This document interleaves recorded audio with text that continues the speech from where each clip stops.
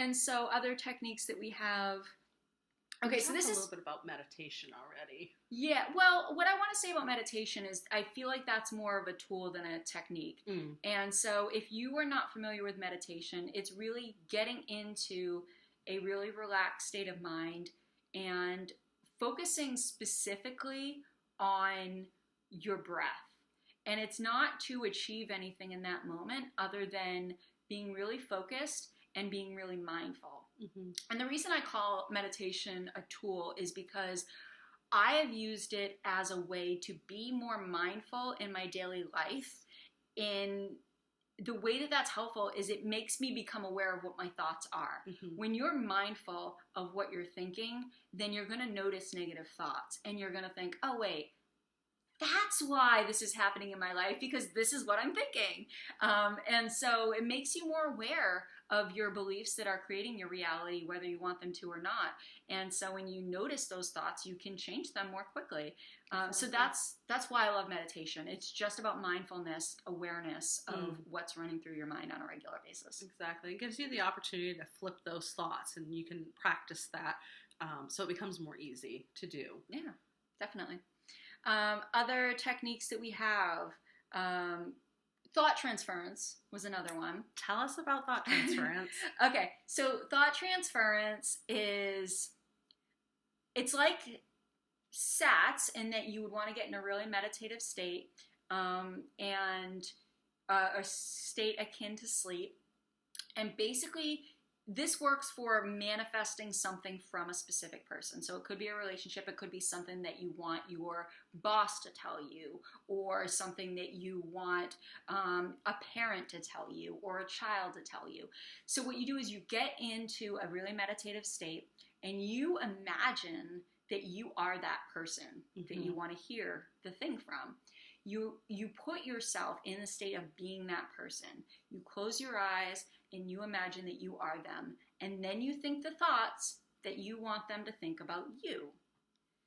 And so it's called thought transference. It's because you are thinking their thoughts for them. Exactly. It sounds terribly anti-free will. And I guess it is. But basically you're shifting to the reality where that's their thoughts about you. That's their belief about you. And another thing that you can do, kind of to elaborate a little bit on that, is you can not only basically tell them what they're thinking, but you can also, if you visualize them looking at you and telling you something, you can have them actually tell you something. So that kind of takes it a step further. Yeah. So I think thought transference is something that people do sometimes unconsciously. Another example would be mental conversations. If you're having an inner conversation with someone, say you're going to be seeing someone and you're afraid that they're going to be angry at you for something. You did something, you think they might have found out about it. And so in your mind, you're having an argument with that person that hasn't even happened yet. Yep. What you're doing is you're creating an inner conversation, and guess what happens? You have that fight. I can't tell you how many times I've done this. Many times that I was conscious of, and I don't even know how many times where I was unconscious of in my life, where I have had a fight with someone in my mind, and then it happened in reality. And it's hard because even as a manifestor, like, I see it happening, and I'm like, stop fighting in your head, Sue. Exactly. But yeah, so that's another example of thought transference, because you're having a dialogue that you're imagining, and then it happens. There's something else I wanted to say about. Oh, so another thing that we do, like if you've ever had a situation where you imagine someone saying something, or you were thinking about that person and then they said it to you, like you might think that you were psychic or you were telepathic, but it's basically thought transference. Exactly. Like, okay, so here's an example with my original SP. We were chatting one night and I had this thought, I wonder if he thinks I'm smart. And it had nothing to do with the conversation that we were involved in. The very next thing that he messaged me was, you're as smart as you look. And so I was like, wait, what does that mean? Do I look smart? But he literally answered the question that I was thinking in my head. I didn't type it. It was not a conversation that we were having. But he messaged me, you're as smart as you look.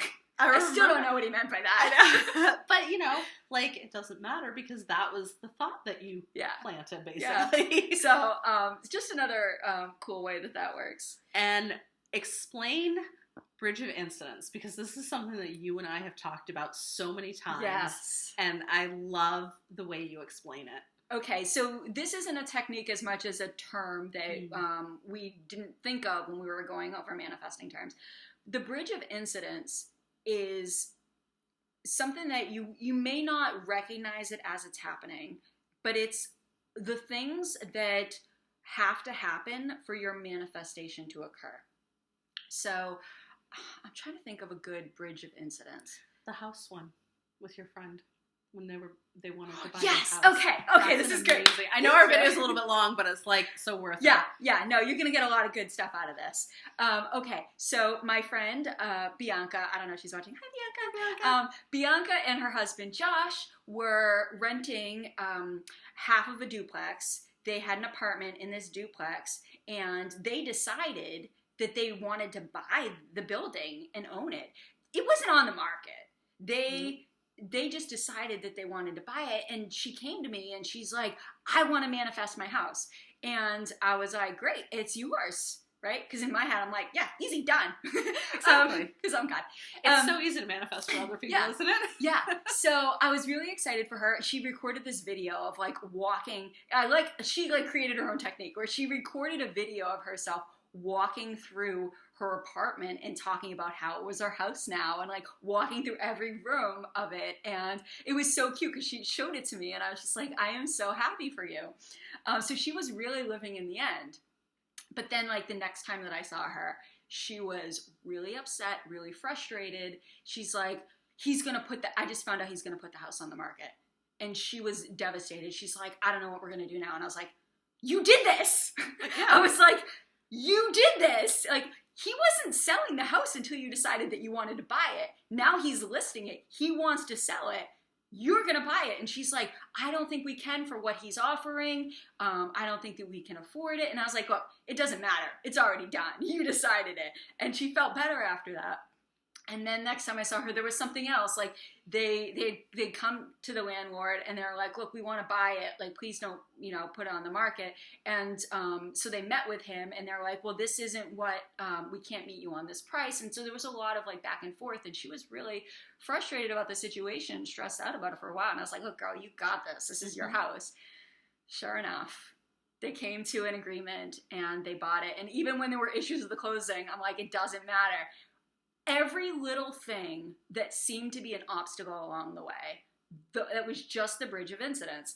These are the things that were lining up for her to get the house.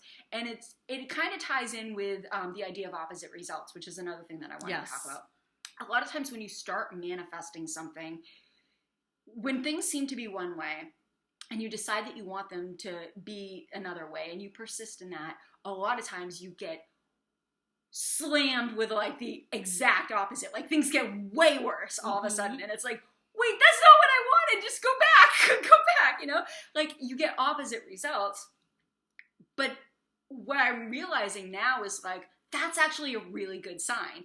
When you get opposite results, what's happening is your subconscious is purging all of your old beliefs, your old story, and you're confronted with it. If you have faith, you persist, it doesn't matter, it's going to happen anyway.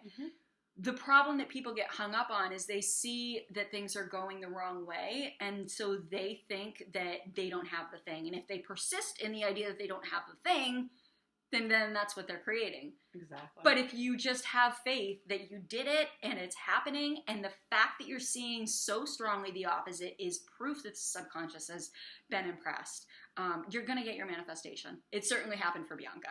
Oh yeah, that is one of my favorite stories about Bridge of Incidents. And just to kind of touch on that is people don't realize that when you're manifesting, when you're creating that, your subconscious is trying to get you to the path of least resistance, basically, like the fastest route to what you're manifesting. So when you're going over that bridge, like, yeah, you may come across some obstacles, but that's your fastest route. Because if you were to say, oh, I don't like the looks of that bridge, I think I'm going to go this way, and then you kind of get lost over here, and you're taking a longer route, your subconscious is like, no, take the bridge, it's faster, it's easier, this is the best route. You're not going to be going through like this rough terrain and, you know, terrible conditions, like going down this bridge, and it might seem terrible, but it's really not. Like, that's what's going to get you there the fastest. Have I ever told you how much I love your analogies? Thanks. It's great. Yeah, perfect. I think that's it. Any other techniques? I think the only other one that I can think of is the telephone technique and the eavesdropping technique are kind of the same thing. Yes. So it's basically SATs, or visualization, except you're, instead of picturing something in your mind, you're hearing something, or you're imagining a conversation, kind of like inner conversations, mental conversations. Yes. So telephone technique would be that I imagine that I'm on the phone with Mel and being like, oh my God, guess what happened? I got my dream job. Yay! It happened. Yeah. And then she's congratulating me. So that's the telephone technique. Do you want to explain eavesdropping? So eavesdropping is very similar to that. So you are imagining yourself with your, so you could be anywhere, like at a party or, you know, a friend's house or whatever, and you overhear them talking to somebody else and saying, oh my God, can you believe it? So-and-so got their dream, Sue just got her dream job. That is so awesome. I gotta go congratulate her. You imagine hearing two people talking about what you're trying to manifest. So Sue would be overhearing me and another friend of ours talking about, she just got her dream job. That's so awesome. I'm so proud of her. I'm so happy for her. And so it's very similar to the telephone technique, but you're overhearing the conversation instead of actually having it. So I feel like that is quite a bit of different techniques. Yeah, there's a lot there. And I know that there are more. And as they come to mind in future videos, we will definitely share those. We'll have to make a part 2. Oh my God, this video is so long. I hope you've enjoyed it. I hope you've hung in there. Yes. Please. And comment if you've used any of these techniques or if you have any questions on them. Yes. Let us know what works best for you, or if there's any that you want us to go into more detail on in the future. Absolutely. Well, we could probably do a video, at least a video on each one of these. So for sure. Yeah. So anyway, thanks for watching and listening. Please like, share, subscribe, and comment. Have a great day, and don't forget, go manifest that dream life.